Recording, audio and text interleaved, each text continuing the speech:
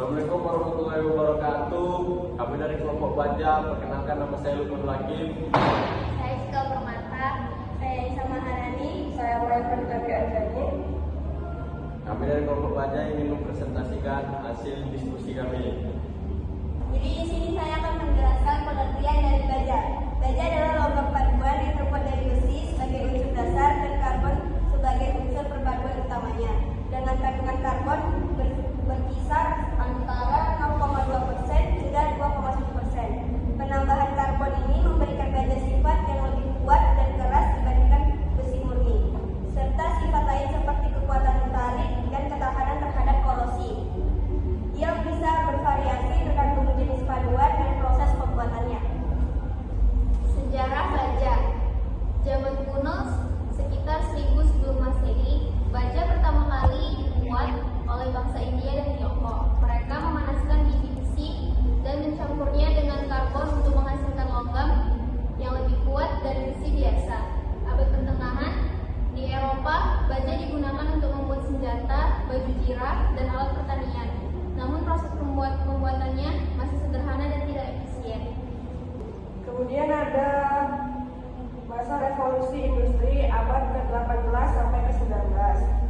Tahun 1856, Henry Bessemer dari Inggris menemukan proses Bessemer, yaitu cara membuat baja dalam jumlah besar dengan cepat dan murah.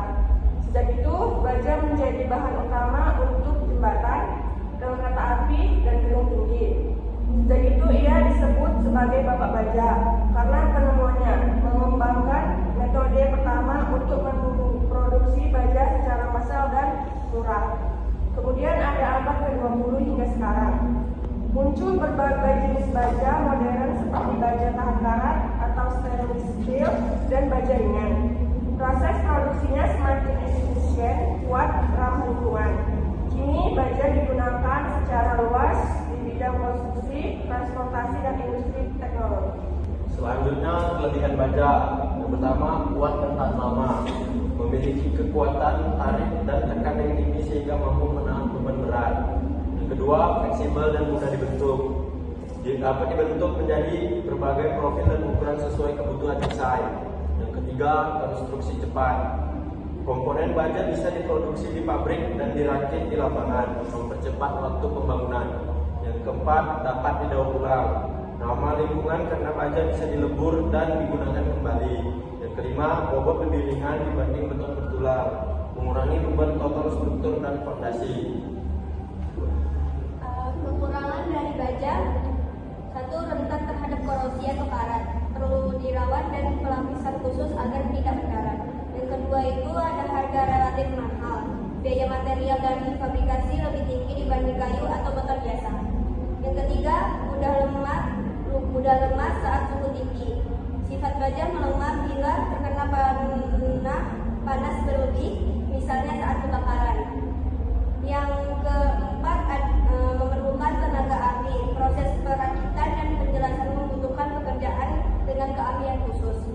Yang terakhir ada masalah getaran dan suara. Struktur baja cenderung mengantarkan getaran dan suara yang lebih besar daripada beton. Selanjutnya adalah komponen struktur. Yang pertama ada fondasi. Fondasi baja dalam struktur bangunan berfungsi menyalurkan beban ke tanah untuk menjaga stabilitas. Fondasi ini bisa dikombinasikan dengan material lain seperti beton atau tiang pancang, di mana baja berperan penting dalam menopang beban. Yang kedua ada balok. Balok baja adalah elemen struktural dari baja yang kuat dan tahan lama. Digunakan dalam konstruksi bangunan, mesin, kapal, dan otomotif. Keunggulannya meliputi kekuatan tinggi dan tahan api, namun rentan terhadap korosi dan berat.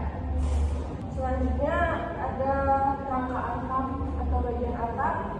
Atap baja adalah sistem atap yang menggunakan material baja sebagai komponen utamanya, menjadi alternatif dari kayu ataupun beton karena sifatnya yang ekonomis dan kuat. Kemudian ada kolom. Kolom baja adalah elemen vertikal untuk utama dalam struktur bangunan yang terbuat dari baja struktural. Kolom ini berfungsi untuk menopang beban dari struktur atas dan mentransfernya di fondasi. Selanjutnya ada sambungan dengan jenis jepit.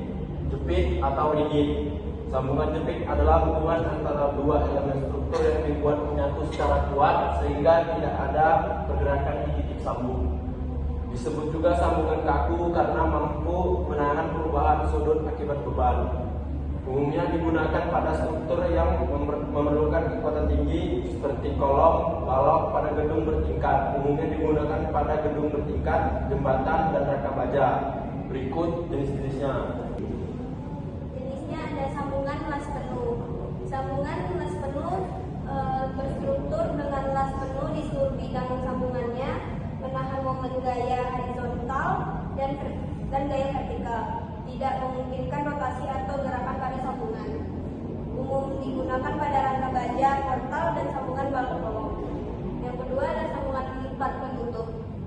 Plat baja untuk menyambung elemen struktur secara kaku dapat menahan momen gaya horizontal dan vertikal tanpa rotasi. Berfungsi memperkuat dan menstabilkan sambungan. Umumnya dipakai pada sambungan kolom, balok, atau balok plat. Selanjutnya ada sambungan dengan jenis sendi. Sendi, sambungan struktur yang dapat berotasi bebas pada titik sambungannya. Tidak menahan momen tetapi mampu menahan gaya tekan dan tarik. Memungkinkan struktur bergerak atau berubah sudut tanpa menimbulkan tegangan besar. Digunakan pada rangka sederhana atau jembatan kecil untuk memudahkan pergerakan dan pemasangan. Kemudian di sini ada sambungan baut, yaitu menggunakan baut sebagai penghubung elemen struktur. Lalu dapat dibongkar dan dipasang kembali, menahan gaya tarik dan geser. Umum dipakai pada sambungan baja atau kayu. Pemasangannya mudah dan kuat. Kemudian ada sambungan plat besi, menggunakan plat baja tambahan sebagai penghubung elemen, menyambung batang-batang pada rangka baja. Kemudian dapat dipasang dengan baut, paku, keling, atau las. Kemudian ada berfungsi menyalurkan gaya tarik dan tekan antar elemen. Yang terakhir membuat sambungan lebih kuat dan stabil. Kemudian ada sambungan engsel. Sambungan yang menggunakan rotasi bebas antar elemen, tidak menahan momen lentur, hanya gaya aksial dan geser. Digunakan untuk memberi pergerakan dan fleksibilitas pada struktur. Yang terakhir umum pada jembatan, rangka batang, dan struktur baja.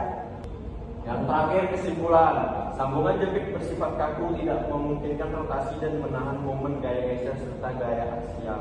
Sambungan sendi bersifat fleksibel, memungkinkan rotasi dan hanya menahan gaya aksial serta geser. Keduanya penting untuk menjaga kestabilan dan kekuatan struktur baja sesuai kebutuhan fungsi bangunan. Sekian dari presentasi kami.